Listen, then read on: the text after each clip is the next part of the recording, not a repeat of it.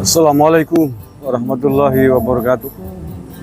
Saudara-saudaraku sebangsa setanah air yang saya cintai, saya banggakan. Ketemu lagi dengan saya Gusmar dari tepian Sungai Serayu dan dari lereng Gunung Slamet di Banyumas, Jawa Tengah. Sejumlah habaib senior yang saya lihat dan mayoritas dari ex-pentolan FPI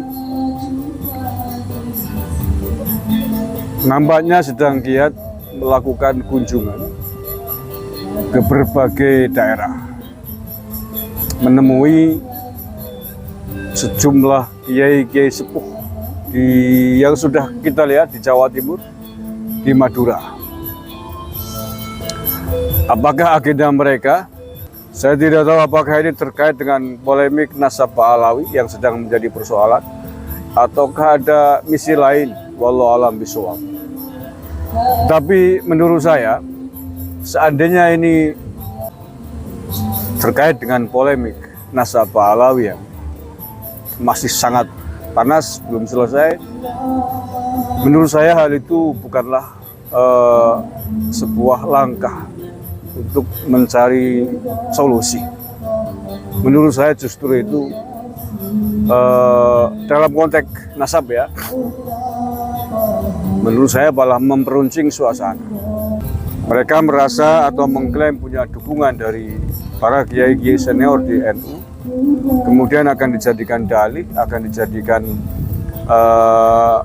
argumen bahwa mereka diterima di lingkungan kiai-kiai NU untuk bisa jadi menghantam kiai-kiai NU yang selama ini berseberangan dengan mereka, yang selama ini sepakat dengan penelitian yang dilakukan oleh Kiai Muhyiddin Banten. Ini menurut saya tidak produktif sama sekali, tapi memperuncing suasana. Kalau para kiai sepuh, kiai-kiai senior di NU, pemangku pondok pesantren, pastilah dikunjungi oleh siapapun pasti menerima dengan baik hati, dengan ramah tamah, karena itu memang sudah menjadi ada tradisi para kiai NU, tokoh-tokoh NU dan juga warga NU.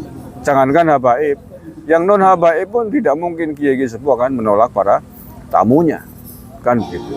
Nah, menurut saya satu hal yang perlu dilakukan oleh kelompok habaib adalah menyelesaikan persoalan ini dari sisi yang secara substansial menyelesaikan masalah. Yakni misalkan melakukan audiensi ke pengurus besar Nahdlatul Ulama, resmi PBNU, meminta dipertemukan dengan sejumlah kiai NU untuk membahas terkait polemik nasab Pak Alawi ini, untuk mencari titik temu, mencari penyelesaian.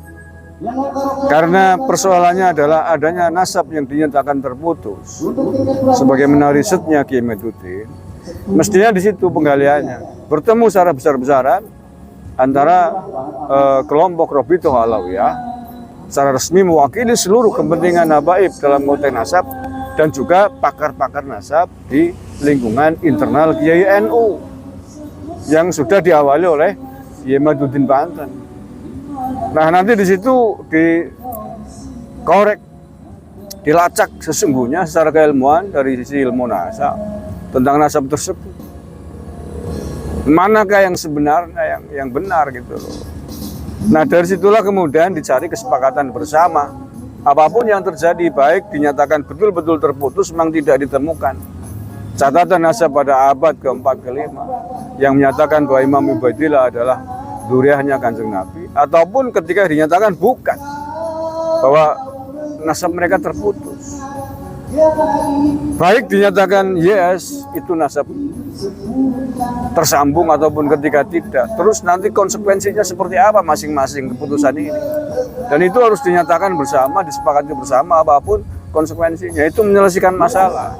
Tapi kalau kemudian para habib melakukan gerakan kunjungan masif petingginya ke kiai-kiai yang satu yang lain, di sisi lain kemudian mengklaim mendapat dukungan dari Kiai NU, ini sama aja mengadu domba, membenturkan antara Kiai NU ini dengan Kiai NU yang lain yang tidak sepaham. Nanti mereka mengklaim bahwa nasab mereka dinyatakan diakui oleh Kiai A. Di sisi lain kemudian akan dihadapkan ditarungkan dengan Kiai B yang dianggap tidak sepakat dengan Kiai B, kan begitu. Ini berbahaya menurut saya, dan ini saya kira harus diantisipasi oleh kita semuanya, oleh anak bangsa, oleh kader-kader Nahdliyin. Apa yang ditemukan oleh Kiai Madudin Panten murni adalah temuan ilmiah, bukan ngawur. Ada dasarnya, ada marojeknya, berdasarkan catatan kitab-kitab nasab yang bisa dipertanggungjawabkan.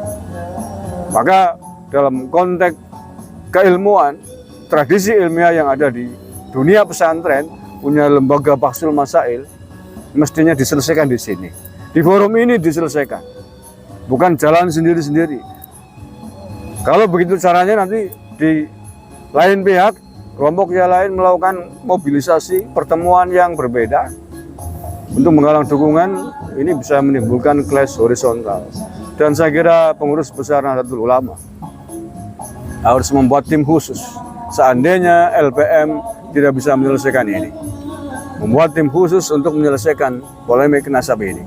Karena yang terdampak, yang kena pengaruh secara langsung adalah warga Nahdliyin di bawah, YGNU di bawah. Kalau tidak diselesaikan, ini sangat berbahaya, apalagi menjelang tahun politik Pilpres Pemilu 2024. Terima kasih. Assalamualaikum warahmatullahi wabarakatuh.